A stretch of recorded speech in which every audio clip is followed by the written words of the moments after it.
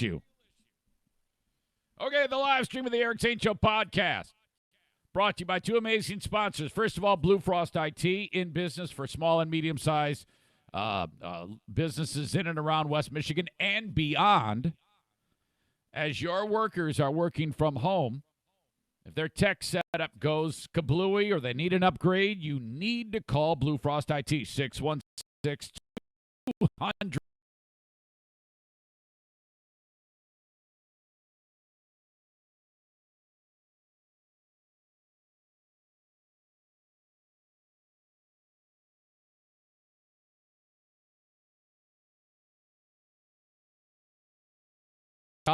And during this, all of the nonsense that we're dealing with right now, what was a certain price for the 1 hour rate to fix something that you have going wrong, it's greatly reduced right now with my friends at Blue Frost IT. They want to make sure that you have everything you need to keep your business in tip-top shape, all right?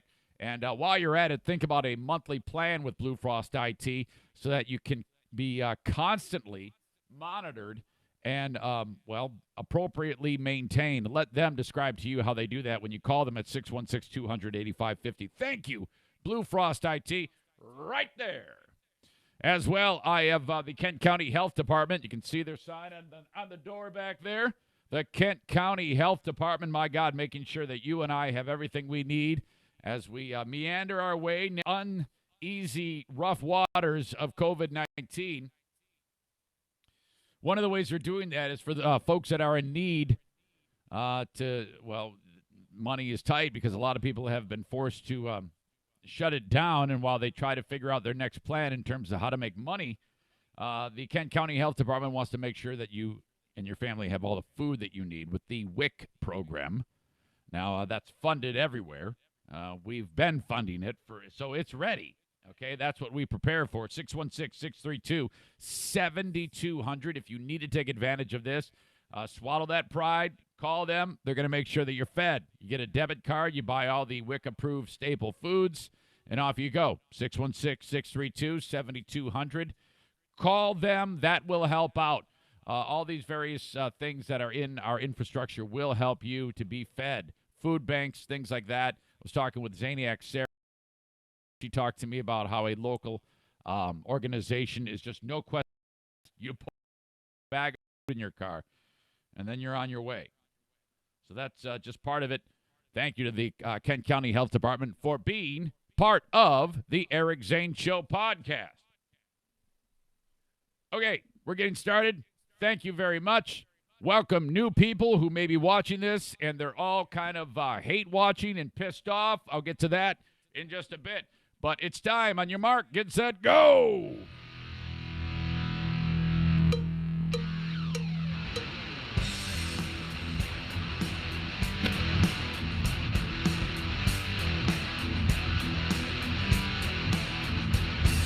And now, here's a guy who has never won a congeniality award at any radio station anywhere. I will fight you in the street. It's the Eric Zane Show podcast with your host, Eric Zane. Thank you, John. Hey, welcome into the Eric Zane Show podcast. This is a daily show, all right? Covering news, nonsense, and my personal adventures, trying to catalog the nonsense that happens inside of this home. That's what the personal adventures are all about. Very rarely is it like something excellent. It's always something stupid. All right, a lot of ways you can get the show. Facebook, brought to you by Irvine's Auto Repair, Grand Rapids Hybrid. Thanks to the folks on Facebook. Twitter, Periscope video, brought to you by Blue Frost IT. On YouTube, subscribe to my show on YouTube. I need the help. I'm trying to monetize YouTube. I need 4,000 hours of time watched by you, the audience. I've got 2,000. It's taken me forever to get it. It is all at on my YouTube channel. And, of course, the Mario Flores Lakeshore team of Van Dyke Mortgage bringing you my Instagram. By the way, the mortgage business is booming still. It's still banging. More on that a little bit later on. Okay, man. Yeah. Whew. Where to begin?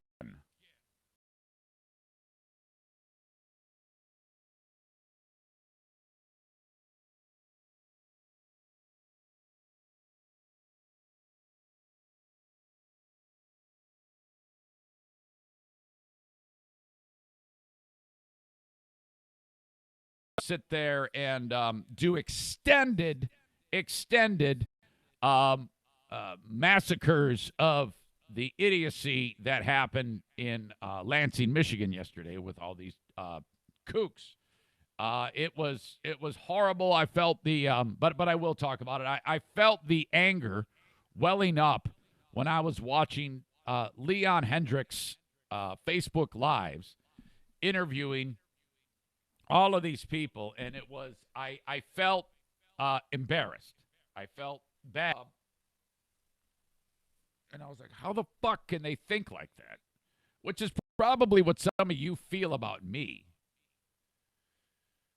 So it was just a city full of water.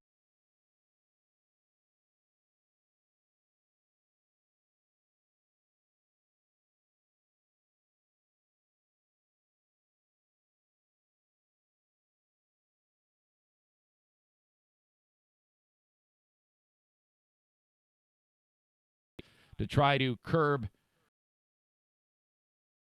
the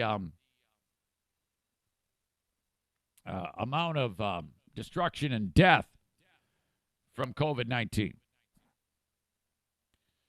And I think that I feel that this is the right thing that's going on. Not everybody feels that way. So when I think one of the things that upsets me the most is when like Leon was interviewing them or there was all sorts of engagement with people in Lansing. Is the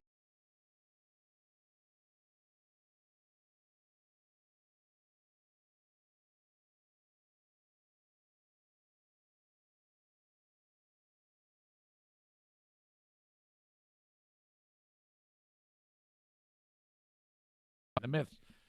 But these people actually believe that this is not real.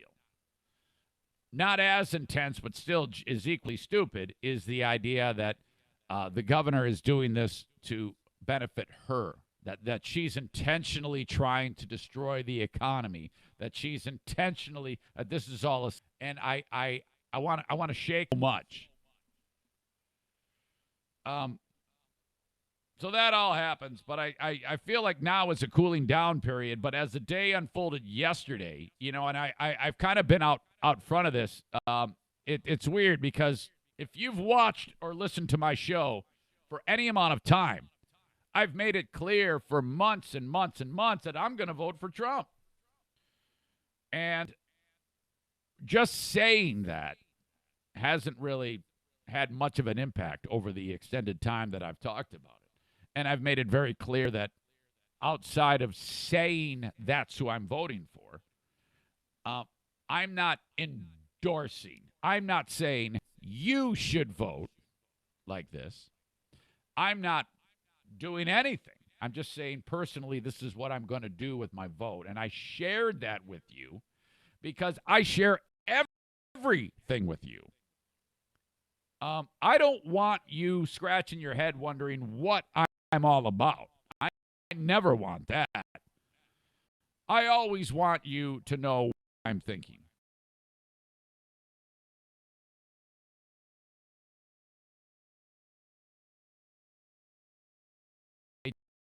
And helping me on Patreon. Join Patreon. I don't like you wondering what's up with me. I like you to know exactly what's going on in my brain, so there's no surprises. But I've made it a point to never, ever try to tell you what to do with that one vote that you get. No way, man. That's too much. I'm not about and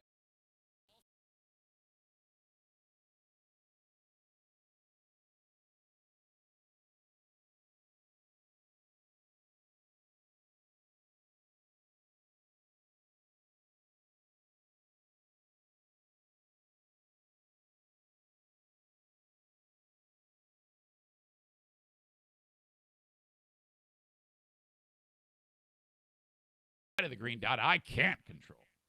So I get one vote, and that's part of Eric's green dot. I can do that. It's my right. It's my one vote, and that's what I'm going to do with it. It should probably be said that 4 years ago, I voted for Clinton, of all things. I've never voted for a Democrat, but I did not believe that Trump had the right stuff to get the job done.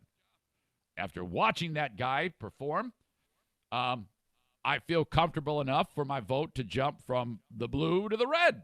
And that's it. Now, right now, there's people going, come on, you stupid son of a bitch. What the fuck is wrong with you? What the fuck is that? Whatever. I said it, and I stand by it.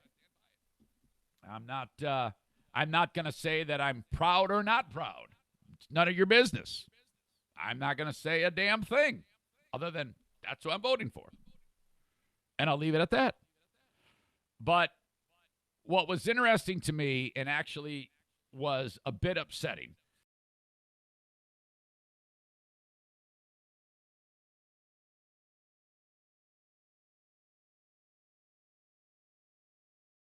they necessarily listen, probably not, because my point is I've been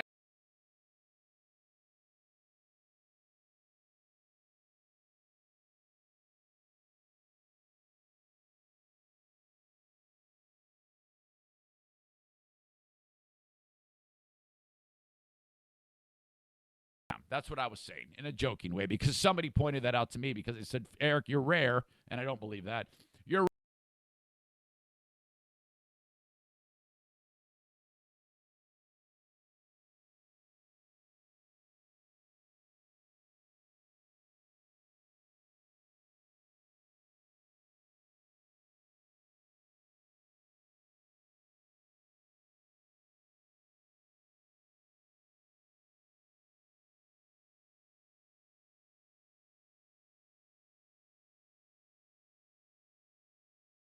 racist and use that nasty word.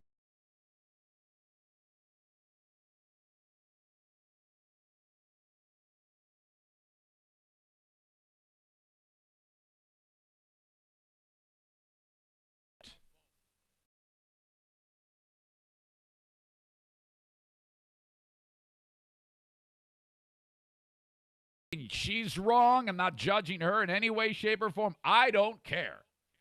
I can't imagine walking around with that type of baggage for half of the world. I don't know. I don't do that to anyone who doesn't vote for him at all. I respect you. I love you, for God's sake.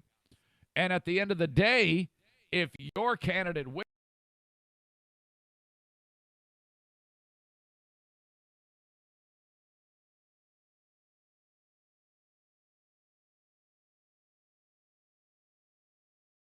my family that is taking care of my own well-being.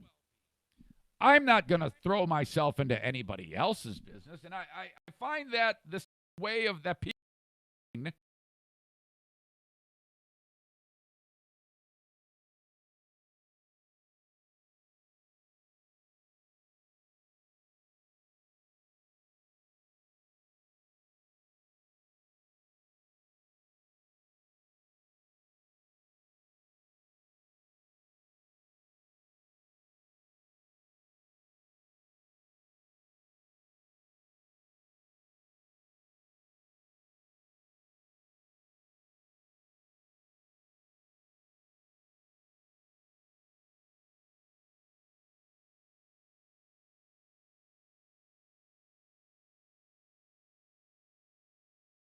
like creeping me out. It was very strange to be attacked like that.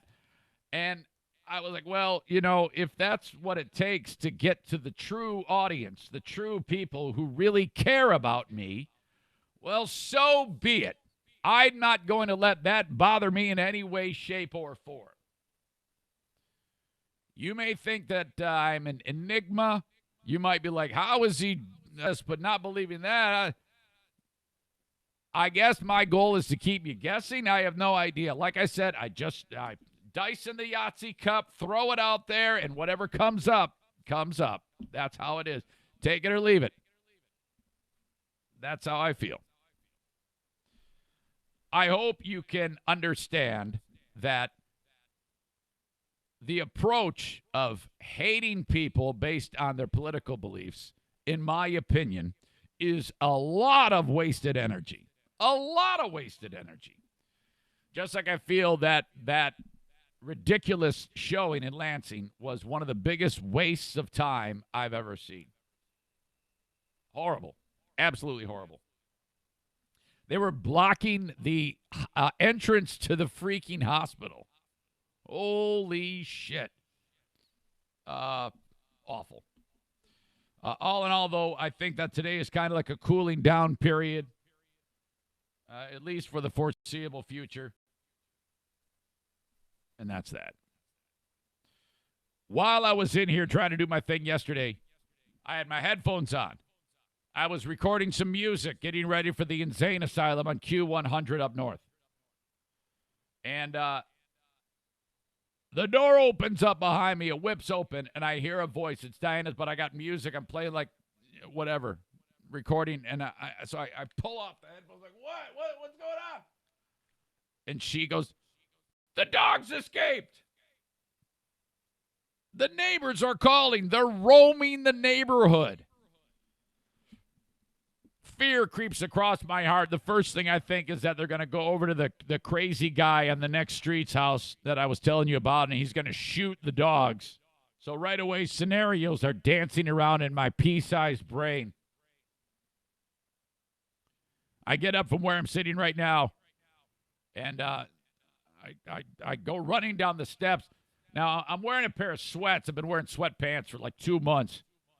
And, I actually got my gun on my back like I always do.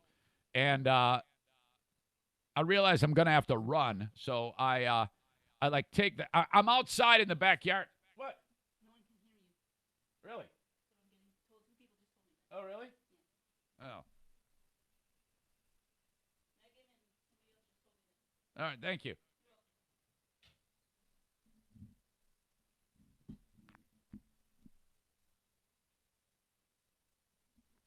What the hell is going on here?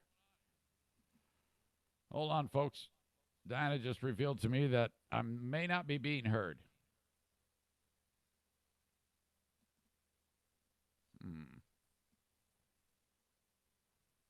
Check.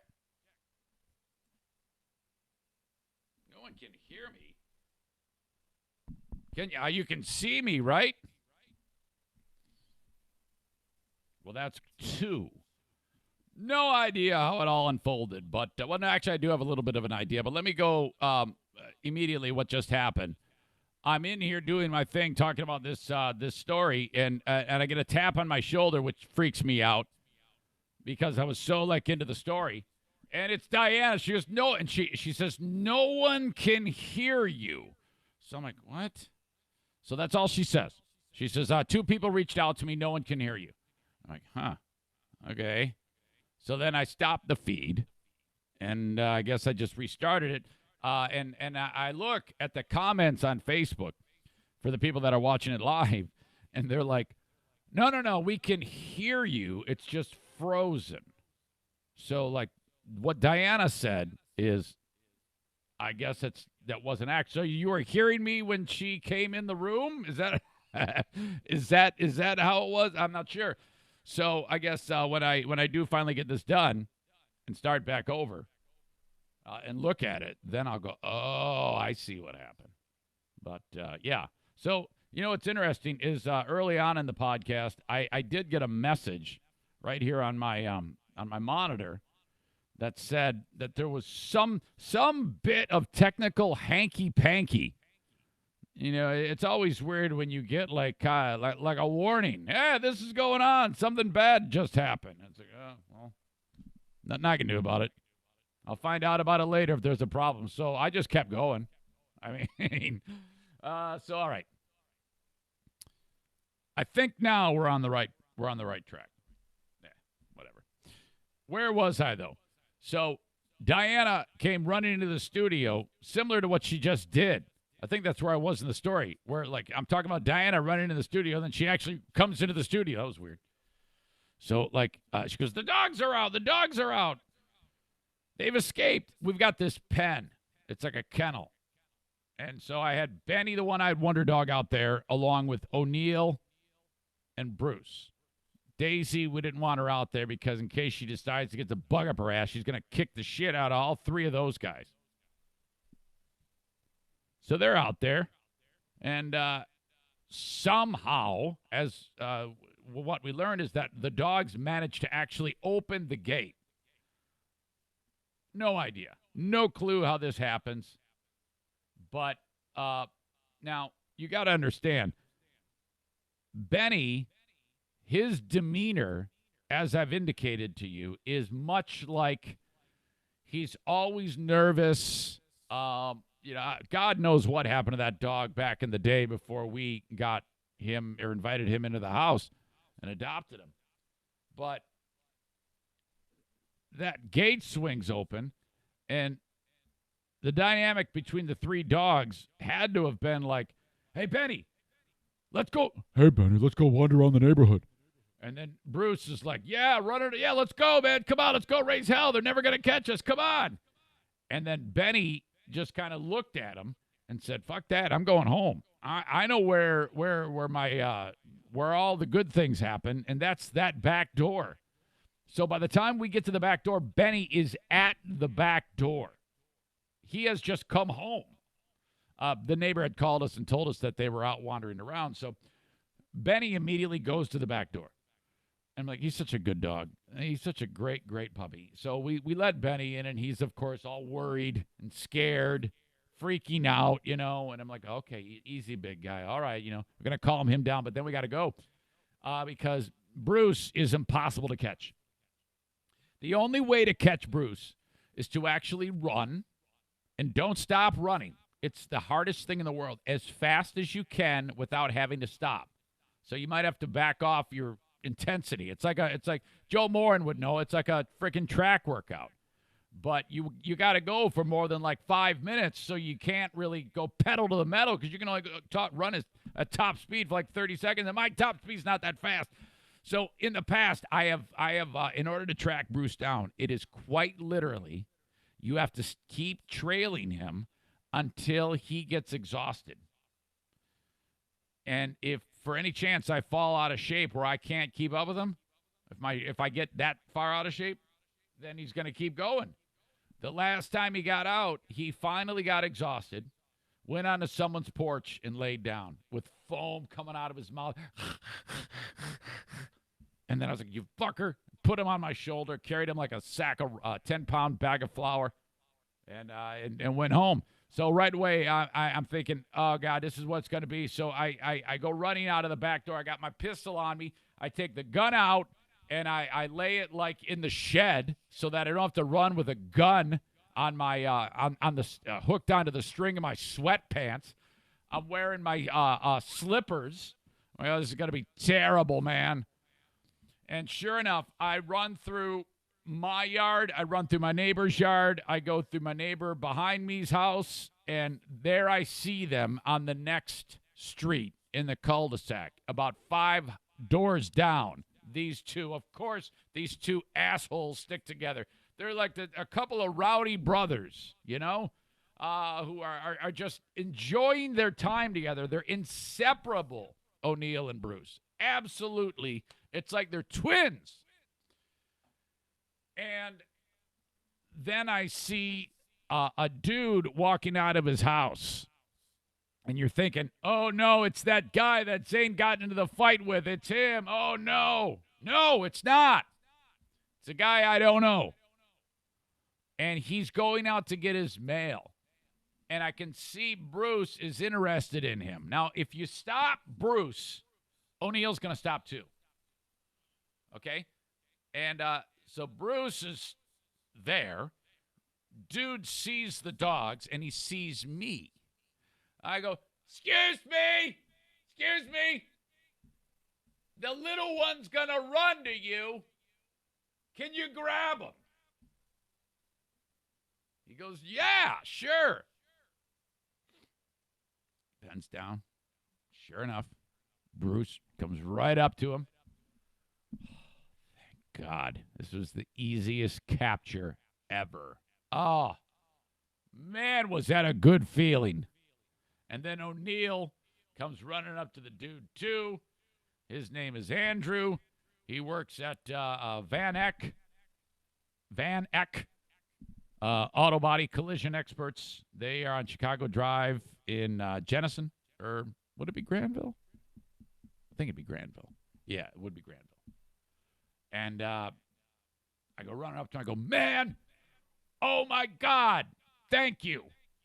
He goes, big fan. I go, even better. Yes. I said, I'm a fan of you. In another life, you could sponsor the show. I've got Riverbend Body Shop, so sorry. But nevertheless, I appreciate you. And it was just great. Very, very cool. And then I introduced him to Diana, and I pick up Bruce. Now, by the way, Bruce is impossible to carry, like, under your arm because he is, first of all, extremely strong. And for a French Bulldog, he's big.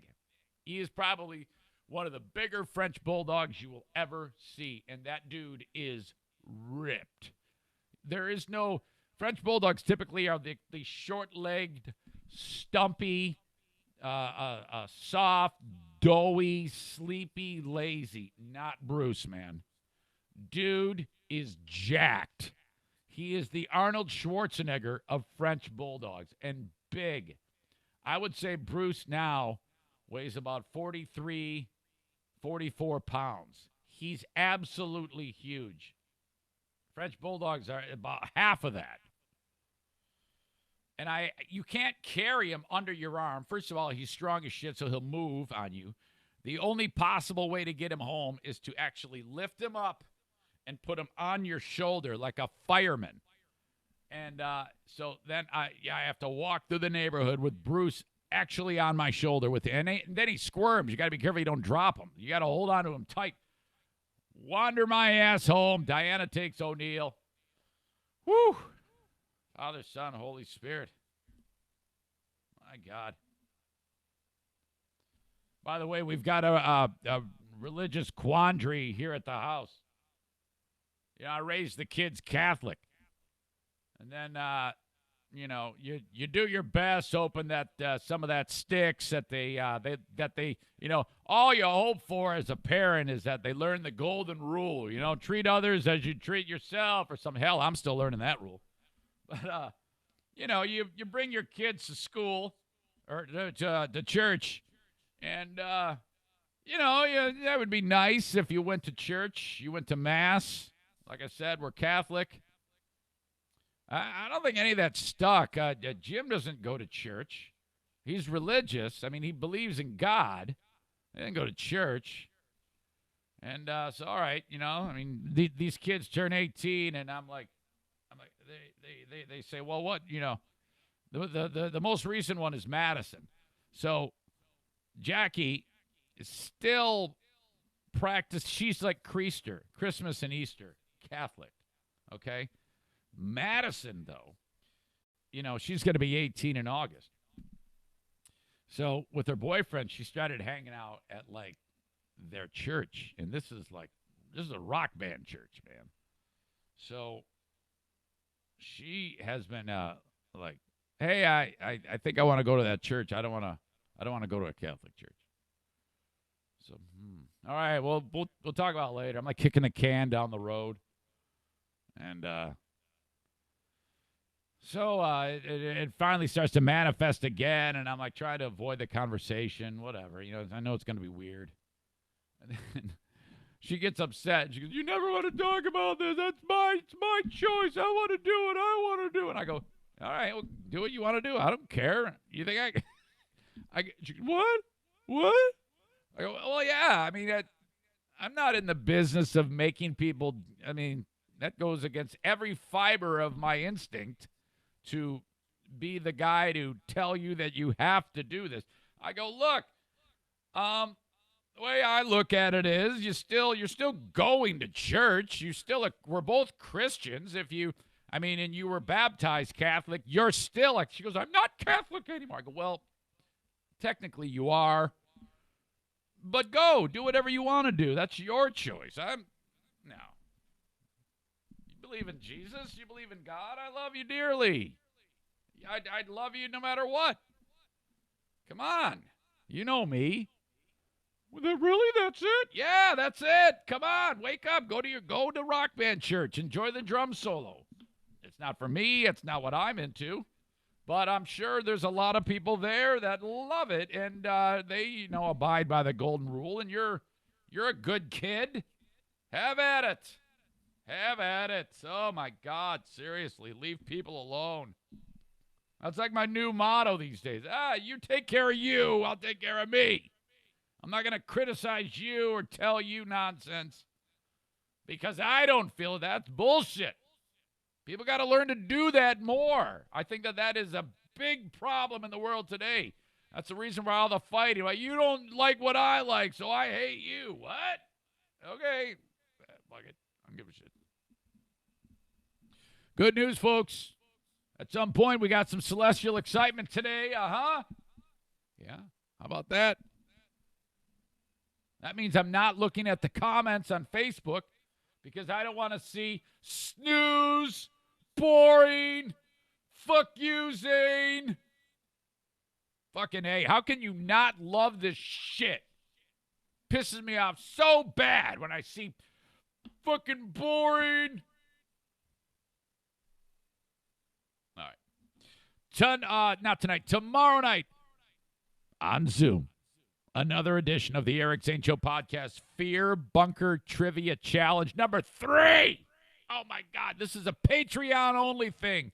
It's going to be great. $50 on the line. If you want to play, you got to be on Patreon. You can't play Friday. I've already picked out the people to play and book the meeting. It's all ready to go. But next week, we'll play 2. It did occur to me that after I arranged the Fear Bunker Trivia Challenge for Friday, that I do have to be in Detroit for my mother's breast cancer surgery. So I'm really hoping that it is early in the day tomorrow that the surgery takes place, because they said it's about a 5 or 6 hour surgery. So there is an outside chance that I might be rescheduling Fear Bunker Trivia Challenge for Saturday. All right? But I think I can make it happen. I really do. I'm planning on it Friday. Again, you must be on Patreon to take part in that. You don't know what it is?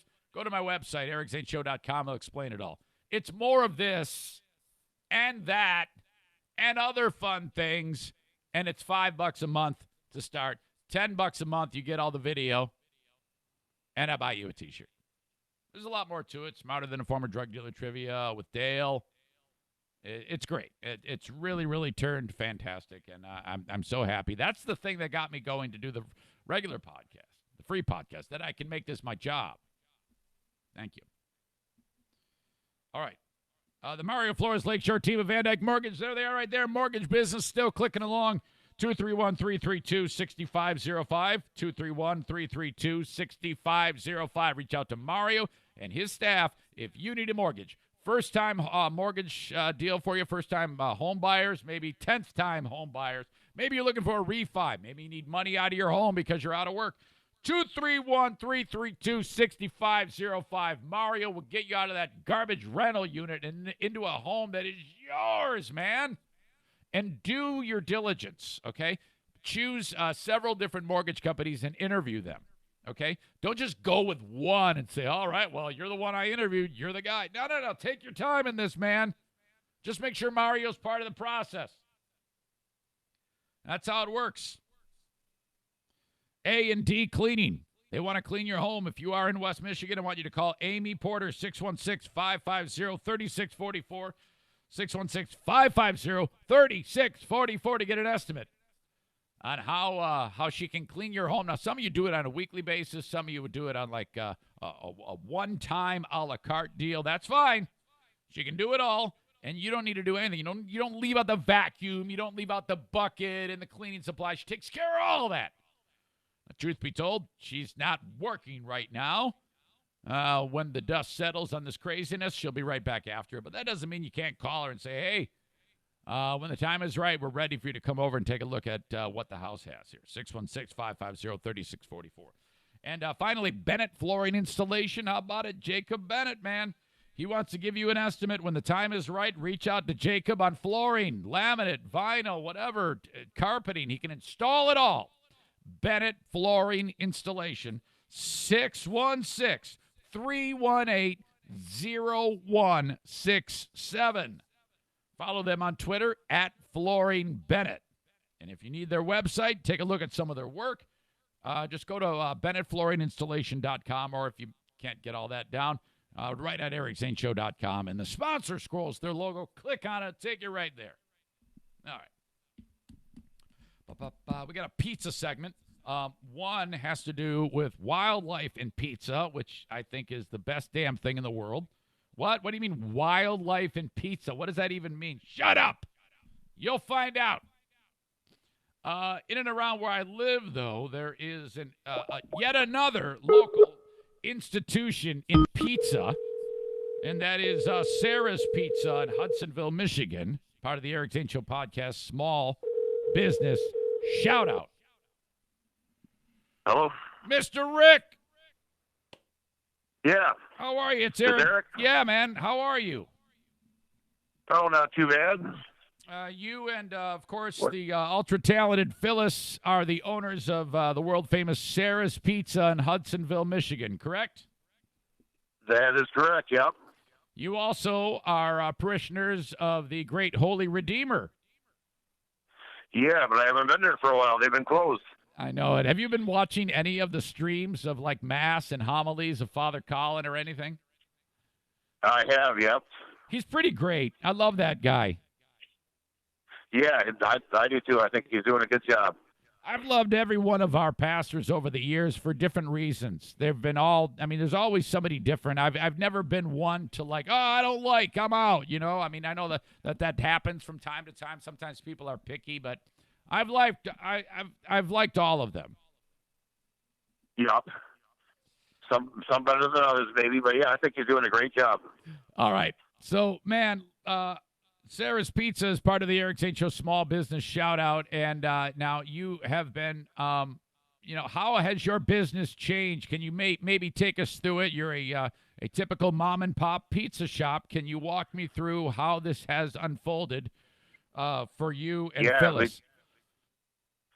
We are about as mom-and-pop as you can get. I'm the pop, and then my wife Phyllis is the mom, and I've got my son and daughter-in-law that are main helpers, and then my wife's brother John. He's an amazing pizza maker. He helps us out. He got me out of binds quite often when we're busy, and usually if I just a phone call away, and he'll help me out when we're busy. But yeah, this it's kind of crazy. Yeah. Maybe I'm one of the more fortunate ones because actually, with everything that's been going on with this coronavirus, it seems like it's just made us busier. And but it's been quite stressful, and yeah, I bet.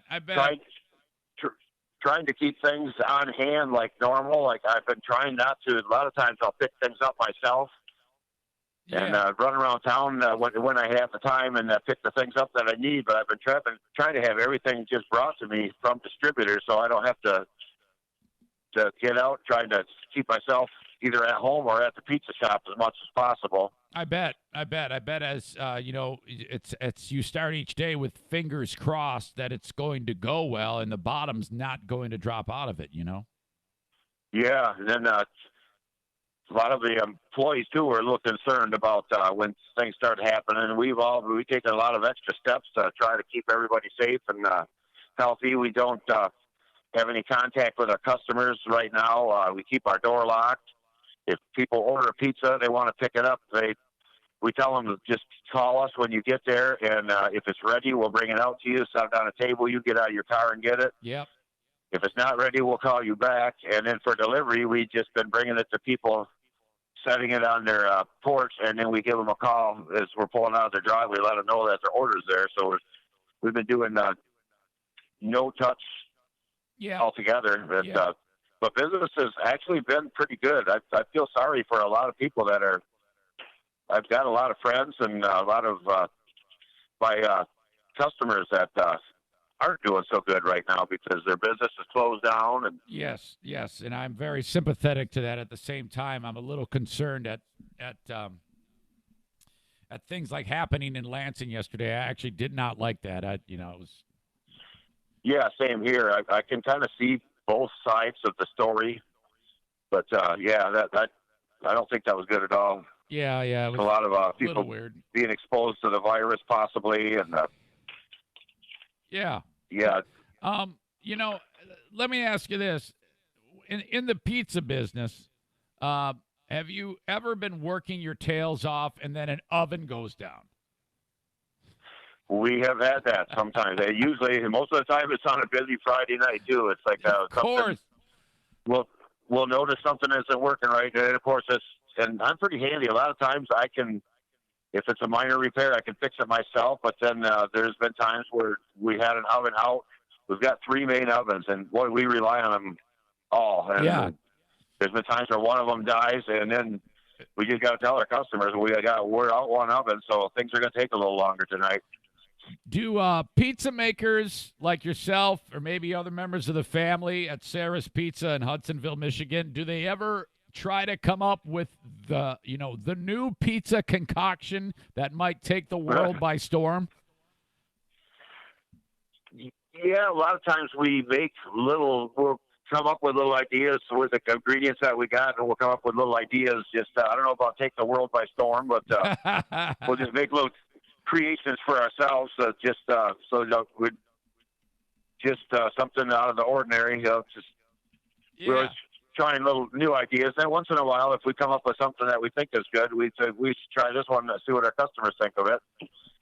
And I'm looking at I'm looking at your rate. You have 212 reviews, and it's a 4.7 star rating. That is pretty fantastic. Rick. Yeah, we're pretty proud of that too. We try our best. Our goal is when we set up shop in the Hudsonville, Michigan, is we just wanted to have the best pizza around. That was the main thing. And I think that's what keeps us going. I have to say it myself. I think we've got really good food there, and I think that's what people like the most. And we've been doing this for like 34 years now, and a lot of our customers are almost like getting some of our like friends or almost like family. I know them by name, and I see them on the street and wave to them. Oh yeah. Do you ever like pick up the phone and you know who it is and you're like, yeah, hey, how are you, John? You want the usual? Yeah, click.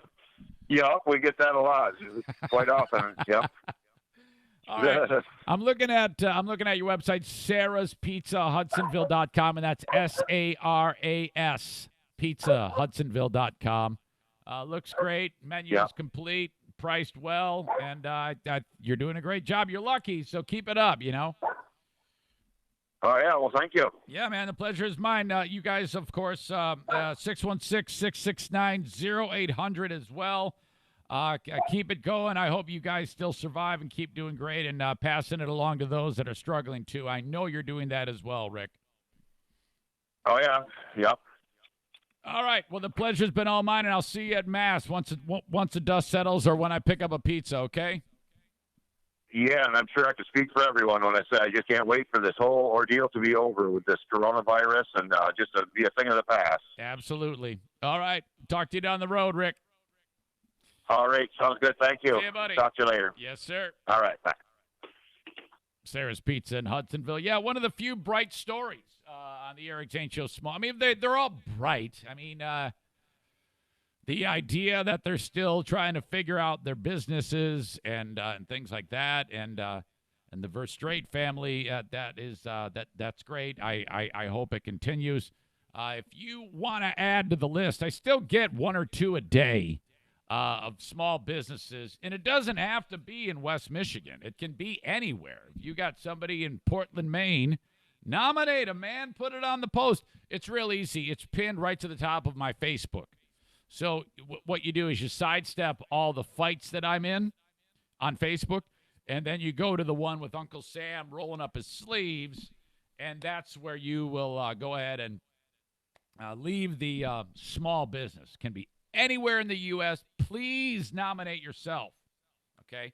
The idea is to just, I don't know, in my own little neck of the woods, get your name out there. That's the least I could do. Thank you. Okay, so I've talked to you before about how much of a fan I am of Chunk the groundhog. I've posted pictures, videos of Chunk for several weeks now. It's the guy who decided to, he noticed his garden was getting murdered by some critter, set up a trail cam, and it's a groundhog that not only he found out is doing it, but the thing is not camera shy. It'll go and get a tomato and put it under his arm and walk over to the camera and eat it while staring at the camera. This thing gets so entranced in what it's eating that it just sits there and stares directly at the camera like I'm staring at you right now. And it's awesome. All you have to do is search Chunk the groundhog and you'll see it. But move over Chunk. We now have Pizza Groundhog, who is taking the world by storm. And this is apparently a very groundhog thing to do. This in the city of brotherly love, Philadelphia, Pennsylvania. Christian Shalala Bagnell's sliding glass door was the barrier between her home, the inside of her home, and her back patio. And in the clip, which I will link up in the podcast, don't bother looking for it now. I'll give you everything you need here, or I'll post it on In the News at ericzaneshow.com. Is this just adorable freaking groundhog? I didn't know that these are rodents, but they are.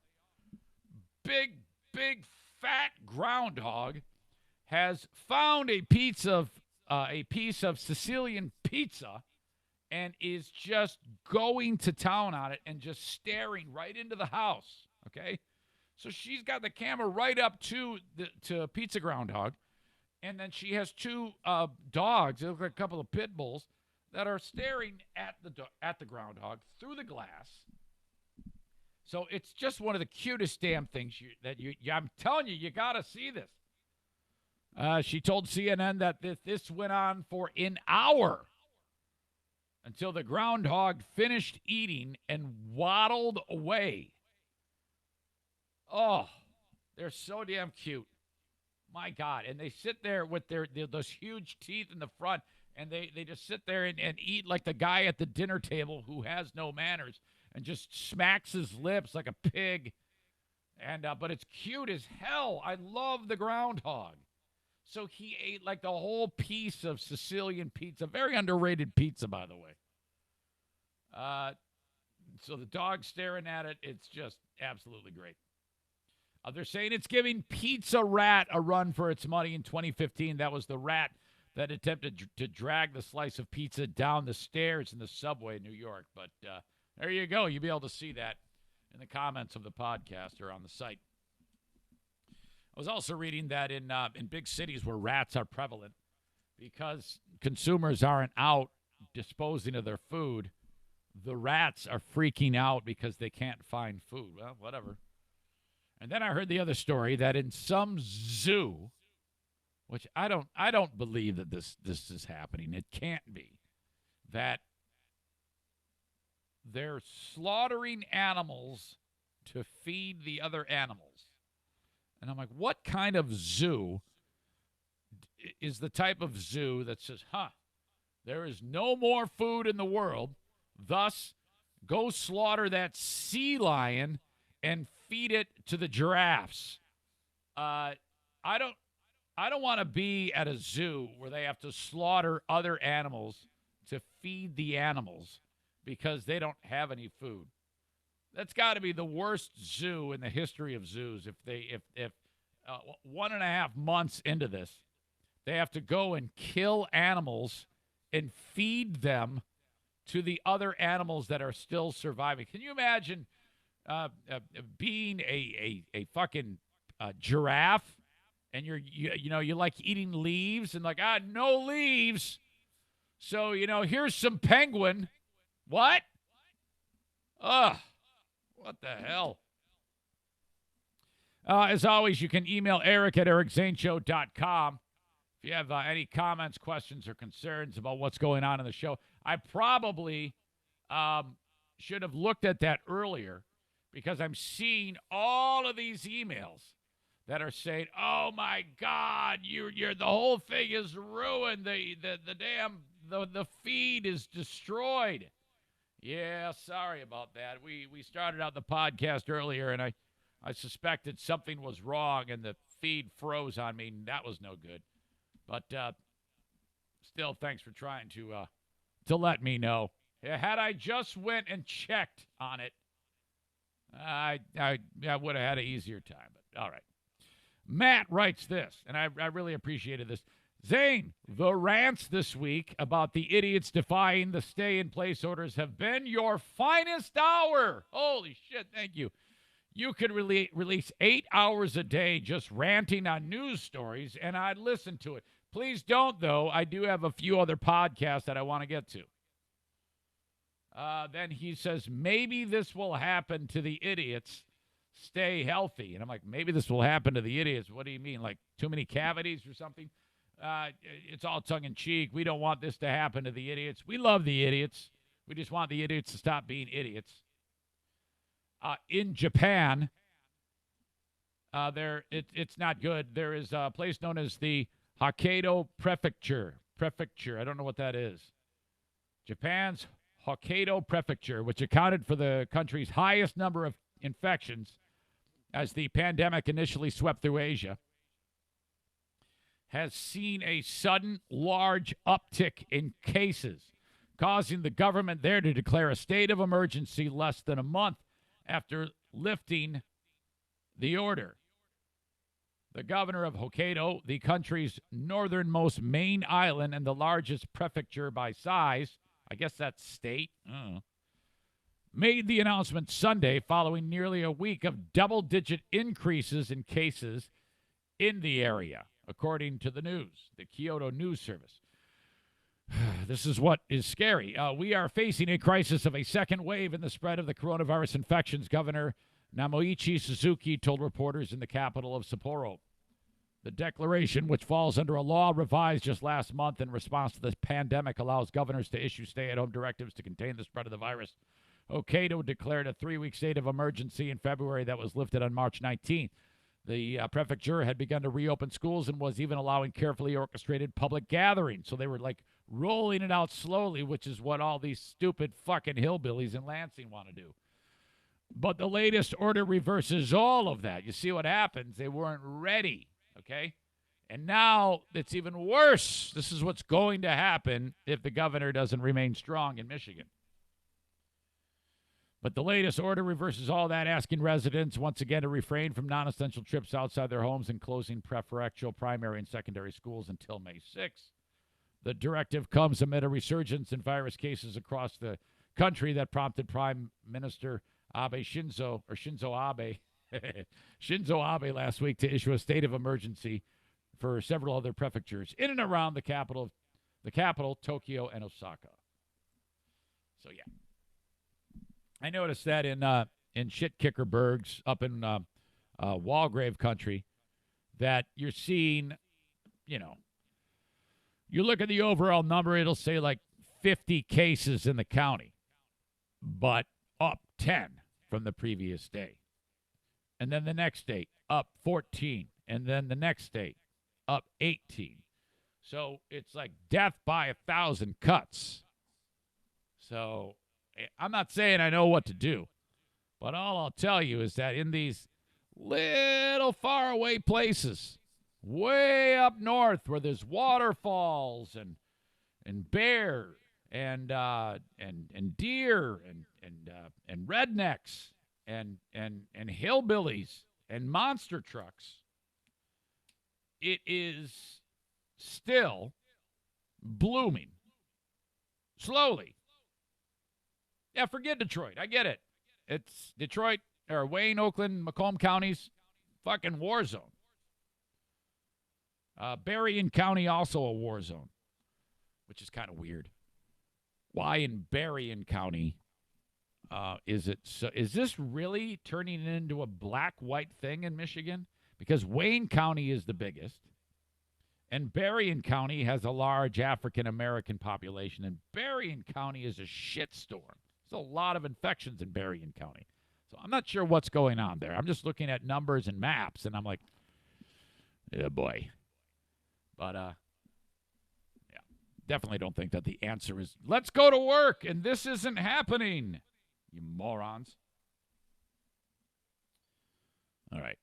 But I think we're all doing okay on the feed right now. Pellerito writes this. Pellerito's great. He's so analytical, man.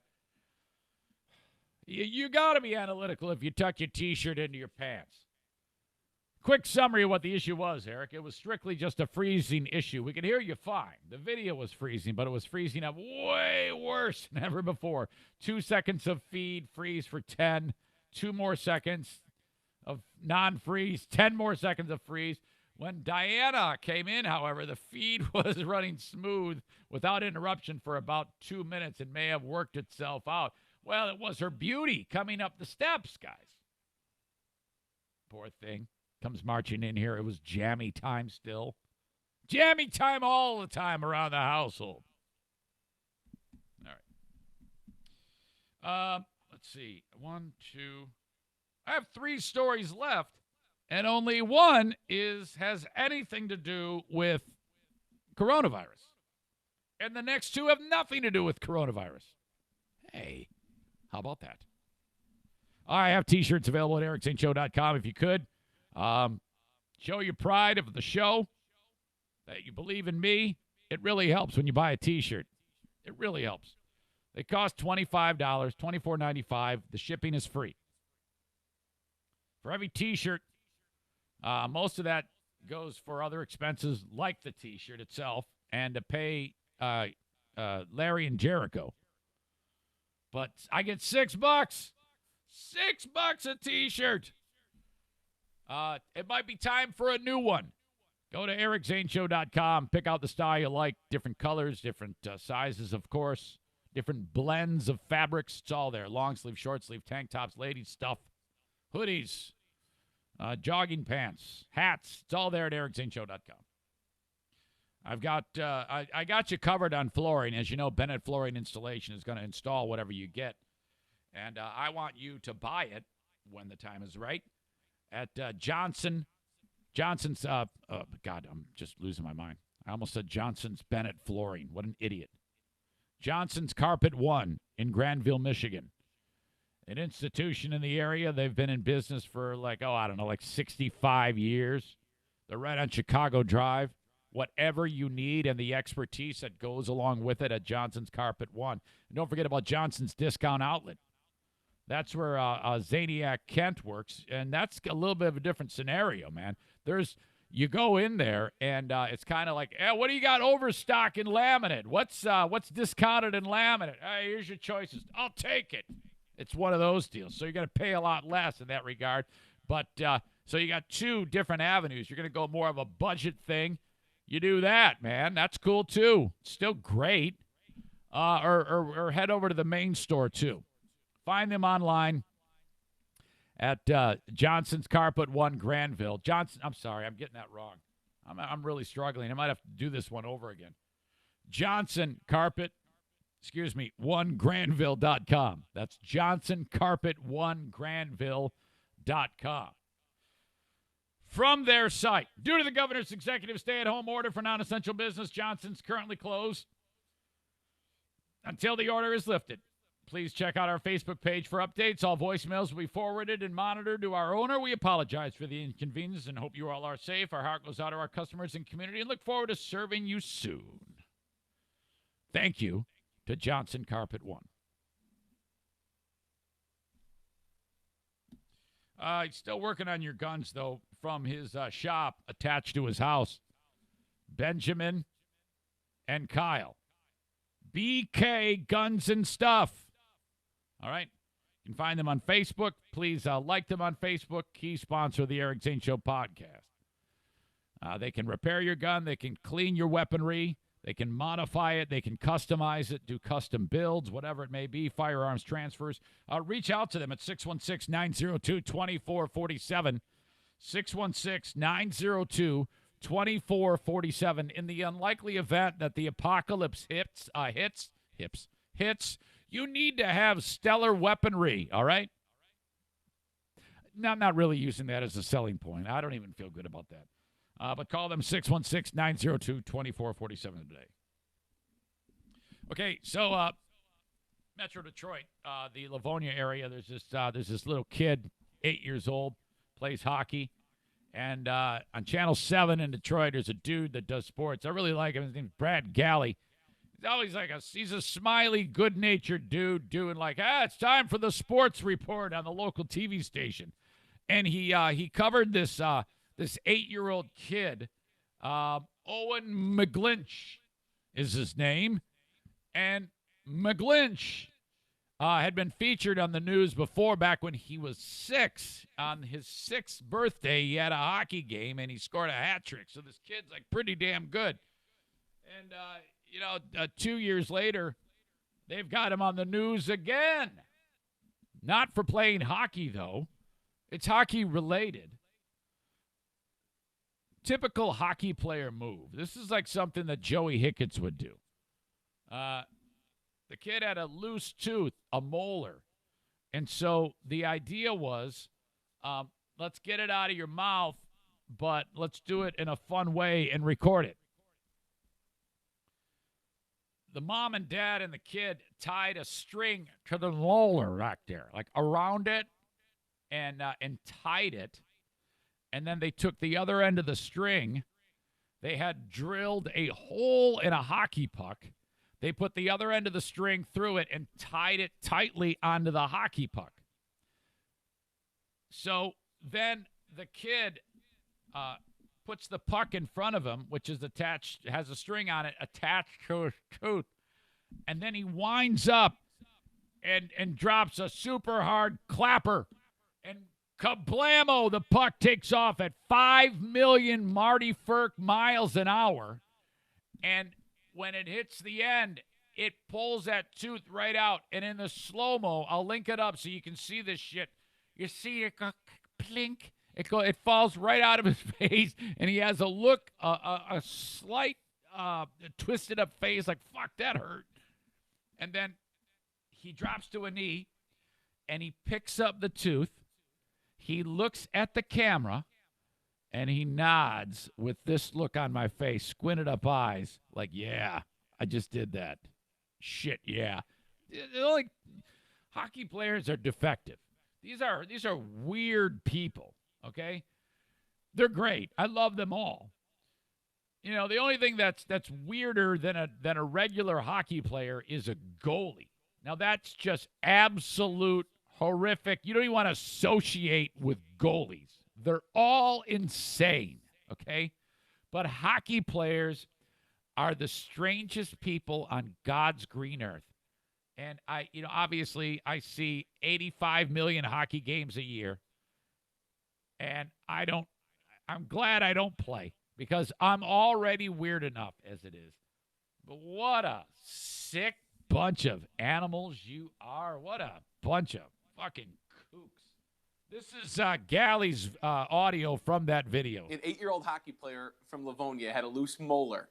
So Owen McGlinch did what hockey players do. He knocked it out with a puck. But he did it on his own, and he did it on purpose. His parents tied a fishing line to a puck with a hole in it. And then Owen did the... I realize I just ripped off what he said, but I like hearing them describe it because Dave Llewellyn starts laughing. Rest. What gusto in a young man. Plays for Little Caesars. The slow motion video does it all and tells the story. And Mom asks, did it work? Oh, you better believe it. It worked. That is a tough young man who's about to turn 9 years old. We actually featured him 2 years ago on our air. He's got some great moves. He's got a great future ahead of him, and he's doing it without that molar intact. Is that good or what, Dave? He'll probably lose a few other teeth before he's done playing hockey, too, but in a different kind of way, right? He's smiling and shaking his head. Wow, tough as nails, guy. The only thing that kid's probably bummed out about is that it wasn't a permanent tooth. It's like a badge of honor.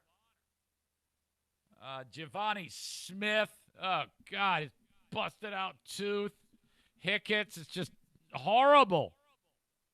And then the mother of all tooth knockouts, I witnessed it. I'll never forget it in my life. I think the total teeth expenditure was $15 in one shot. Mitch freaking Callahan. The selfie seen round the world. Never forget it. Never forget it.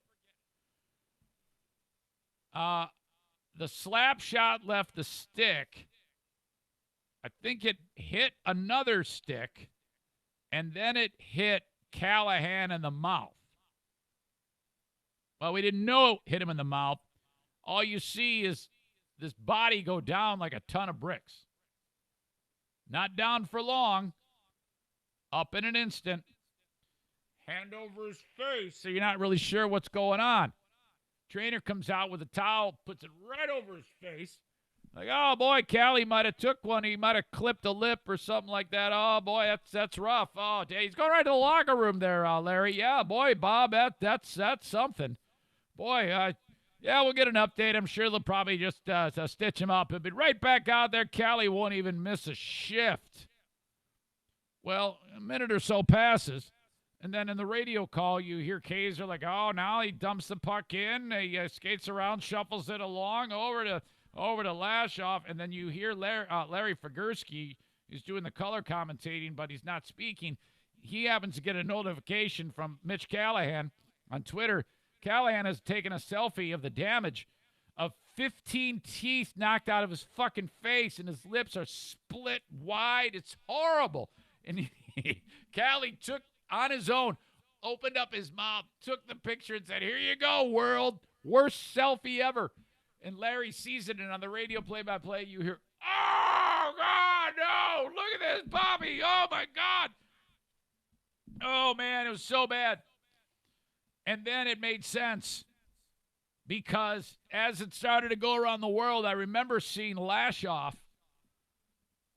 He dropped to a knee, and he starts picking shit up off the ice, and he was picking up all these busted teeth, and he skated over to the bench with a handful of bone and teeth, and he hand drops it into the trainer's hands like, here's some Reese's Pieces for you. And then off you go. And then the dentist, I know him, he typically will take the tooth and stick it back into the socket. And then he'll cement it with the temporary thing. And then after the game, then they'll usually go back out on the ice. And then the next day, they got to have them sewn in, stitched in so that they'll regraft and grow back into the bone.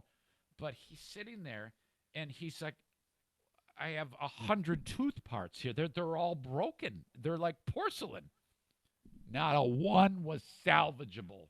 It destroyed his mouth. Ugh.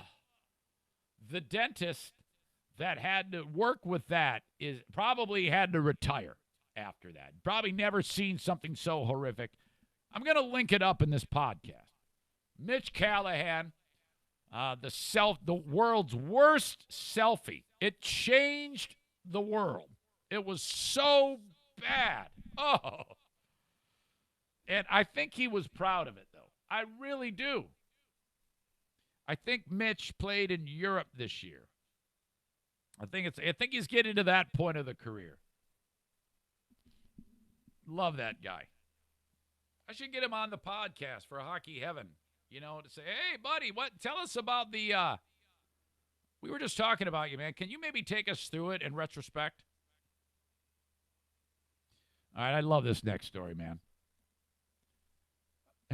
Okay, so some of you may have heard it. So, Kenny, don't spoil it because I know you heard of it. Amy Schumer and her husband, Chris Fisher, have a son, and he's 11 months old. Cute little dude. Oh, God, is he cute. Holy shit.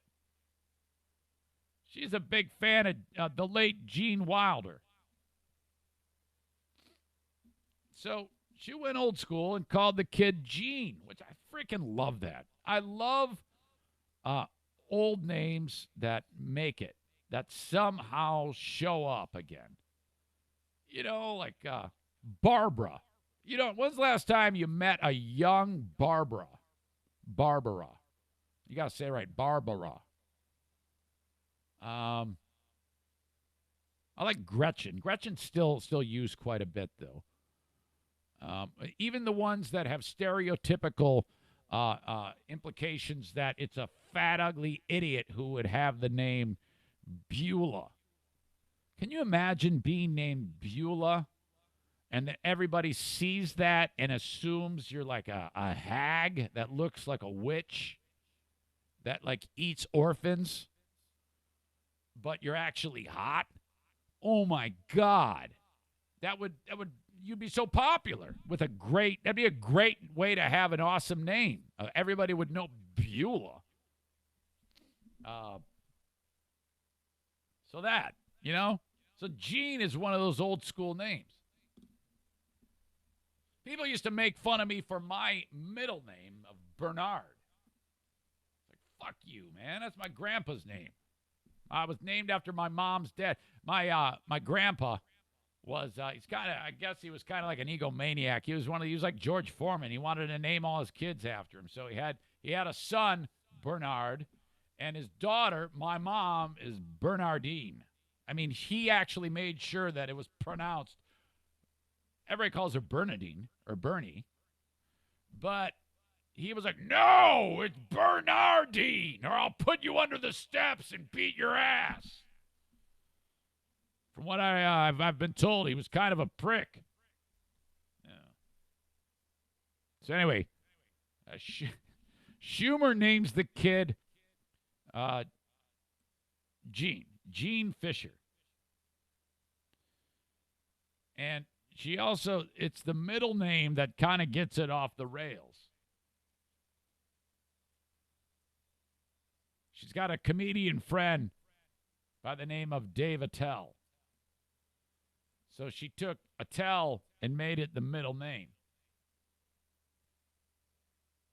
She's now changing his middle name after the kid's 11 months old.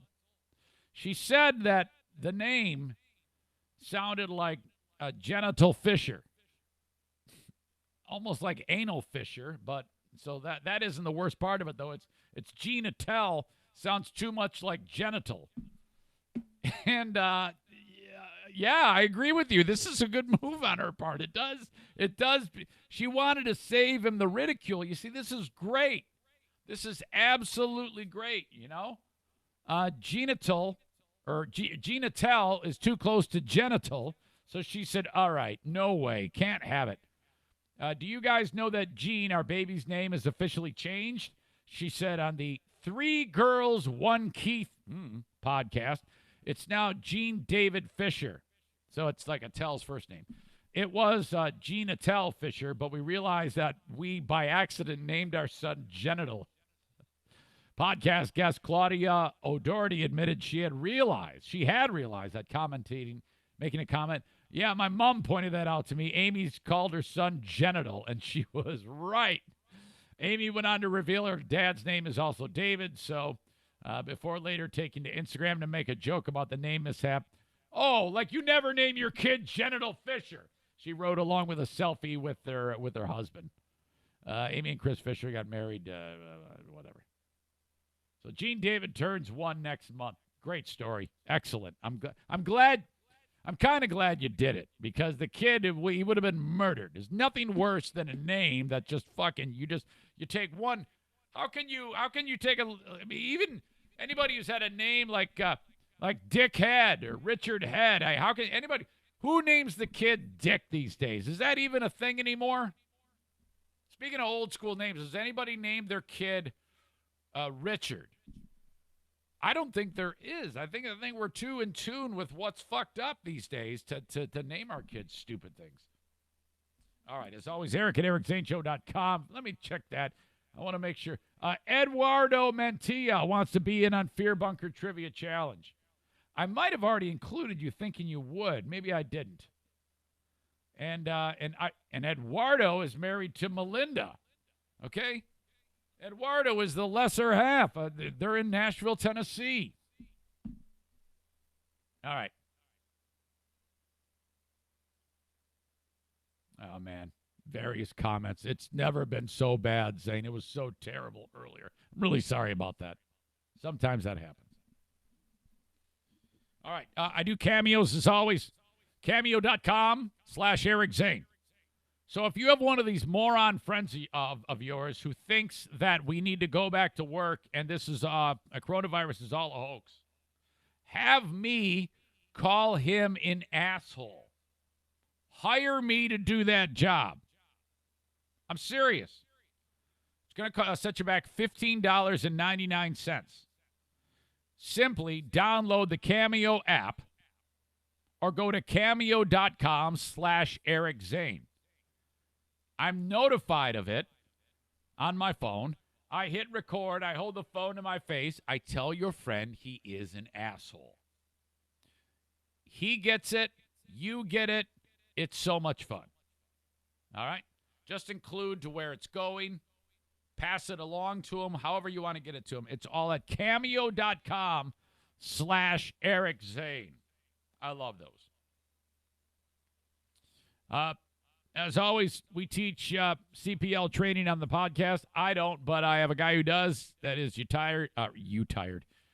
retired U.S. Army Major Steve Prince. 616-204-1705, 616-204-1705. CPL training in West Michigan. Now, you can't do this remotely, and he's not having a class anytime soon until we get back to work. But when he does get back to work, it's going to cost you $125. You have any particular questions you want to ask Steve about, ask him at 616-204-1705. Or log on to his Facebook page. Just search Prince Arming. All right, that's how you do it. You don't even have to own a gun to take that class, by the way. And last but certainly not least, thanks to Fit Body Boot Camp. 10 locations in and around West Michigan. If you want to check them out online, just search Fit Body Boot Camp to find a location near to you. All right. I have a new fitness sponsor, too, that's going to be in on the show. They're like going to be hugely active on the podcast, so that's going to be fun. It's something new. I'm actually doing something I didn't want to do. Not doing what I didn't want to do, but something that I am going to do. I'm going to keep those separate and say, hey, this is Fit Body Boot Camp. They might have one near you. By the way, I'm going to be with this fitness company. Come check me out and watch my video as I do fitness with them. We'll figure it out. No big deal. Different areas have different needs, you know. If you have one place in one area, it's okay to have one in another area, just as long as you know about it, okay? You decide what you want to do, as always, on the Eric Zane Show podcast. Okay, so now here we are in a day and age when, do you remember that story where there was that supposed medicine, hydroxychloroquine, whatever it was, that is part of the malaria medicine that you could take, and some people are saying it may help in dealing with coronavirus or COVID-19. And then you had the guy who had a fish tank cleaner, and the idiot noticed that chemical was part of the fish tank cleaner. The idiot did not have COVID-19, and he opened up fish tank cleaner, like a 5-hour energy, and drank it down, and then handed it to his wife, and said, here, this is how we're going to keep from getting sick. And she was equally as stupid, and she drank it too. Well, he died, so that's the best part of the story, because we don't need a fucking moron walking around telling people to drink fish tank cleaner. Well, he died, and his wife almost died. So Darwinism was working at a high level there. How stupid do you have to be? What a fucking bunch of morons. And do you remember how it went? Because you know me, I call out bullshit when I see it on both sides. The press immediately, CBS was probably the biggest culprit of this, said, couple takes malaria medicine and dies because of Trump. I mean, it was like that blatant. It's like, well, it wasn't malaria medicine, you dumb fuck. It was fucking fish tank cleaner, you stupid son of a bitch. What are you, crazy? It was so bad. I mean, that right there, that type of shit is what takes normal people and makes them crazy. That type of bullshit is what makes people come after me when I just say, hey, I get one vote and I'm going to vote for this person. That I'm going to vote for Trump. That's what makes normal people who were normal thinking turn on me in an instant. That type. Insane.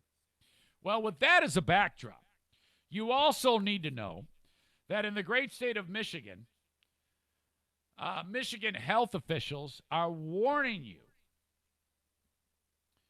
do not take ivermectin.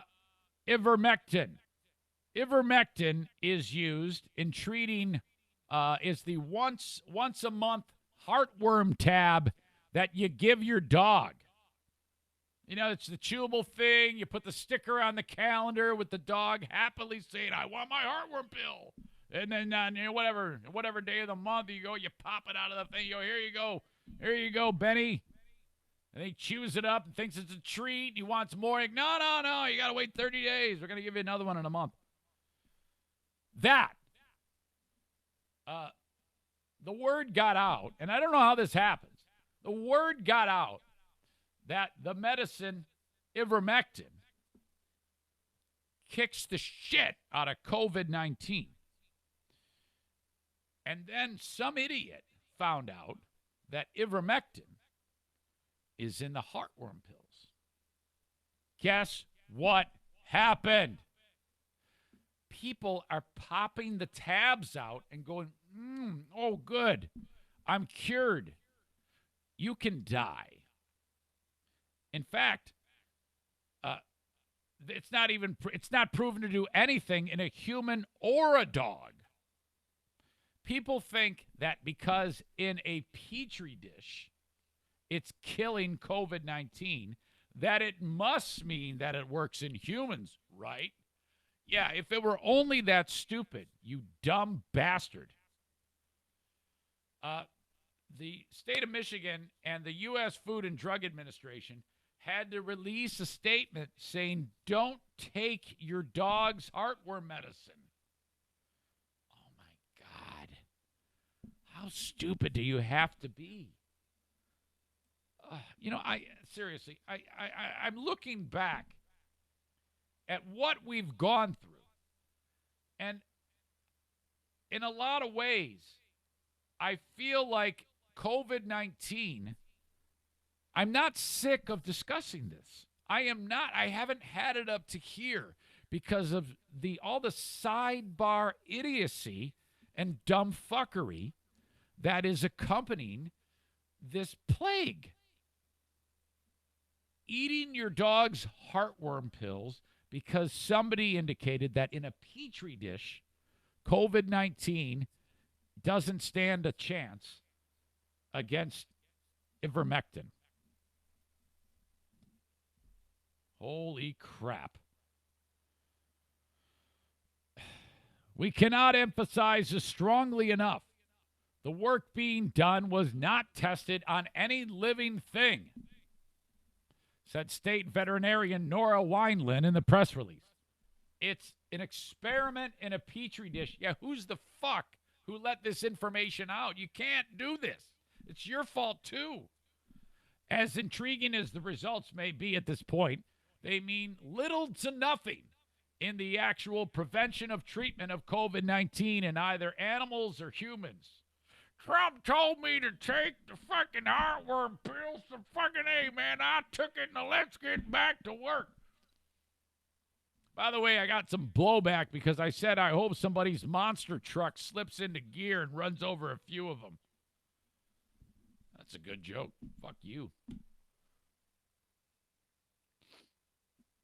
Let's see.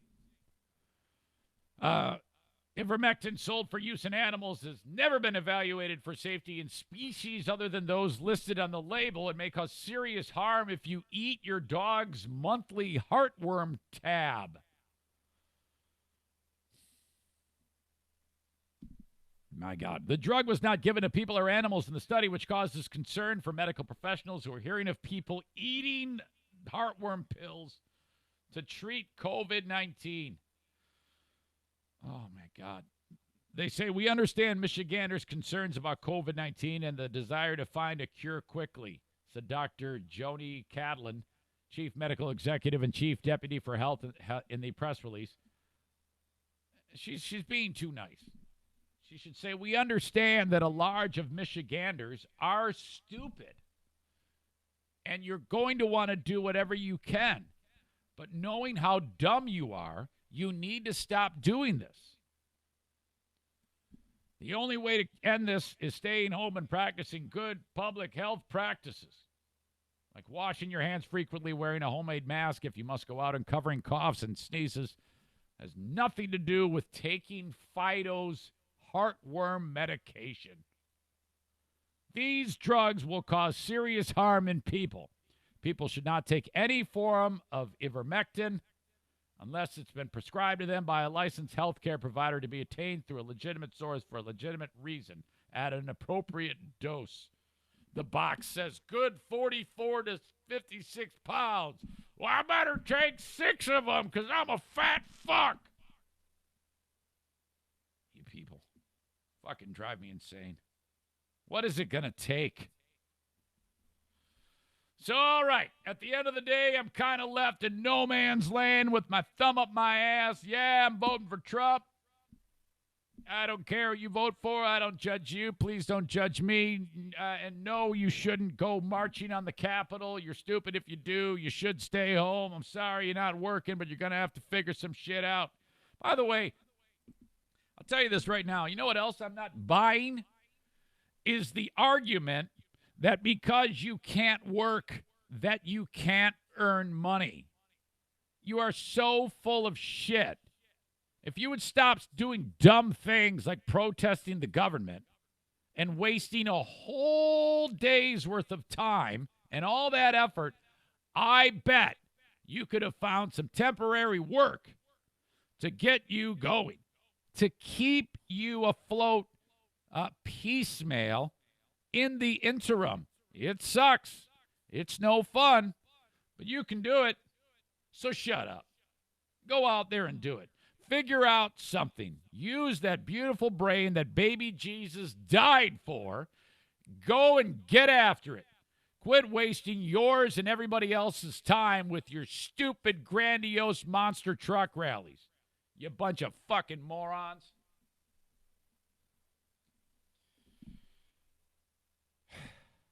We made it. We are done. I am not going to give you a fresh podcast tomorrow, but boy, do I have something fun in store for you. You're so going to love this. Let me just tell you, putting it together made me so uncomfortable and awkward. I hated it. I hated being a part of it. I knew, though, how great it was. Some of you are going to be so uncomfortable, but you're not going to be able to stop listening to tomorrow's podcast. A lot of you have heard it before. Some of you have not. You'll hear me interjecting with kind of like a behind-the-music look at each one of them. And I will have sponsors in it as well. That'll be on the free podcast. I'm not yet sure as to what I'm going to do on the Patreon, but there will be new material for you. I just won't be giving you any fresh material unless there is some unlikely event that keeps me from going to Detroit for my mother's surgery tomorrow. Okay, that is it. I've got nothing more. John! It's the immortal John from Genesis. The song is called Blue Water Green. Original music on the Eric Zane Show podcast. Great riff, John. Really, really good. I can never get enough of it. All right, thanks for the heads up on the video. I don't know what the hell happened there. I hope you were able to piece together the podcast as best you can. If not, you can always get the recorded one on demand at ericzaneshow.com. I love your feedback. You can be a dick to me all you want. You can say terrible things at me. Just remember my name, stick with me, and understand that I'm a human being too. I don't fucking indict you for your opinions, who you're voting for. I want the same treatment back. I don't think it's too much to ask. You got a problem with any of that? I'll say it to you right to your fucking face. Go fuck yourself. Thank you so much. Have a great day. Bye-bye.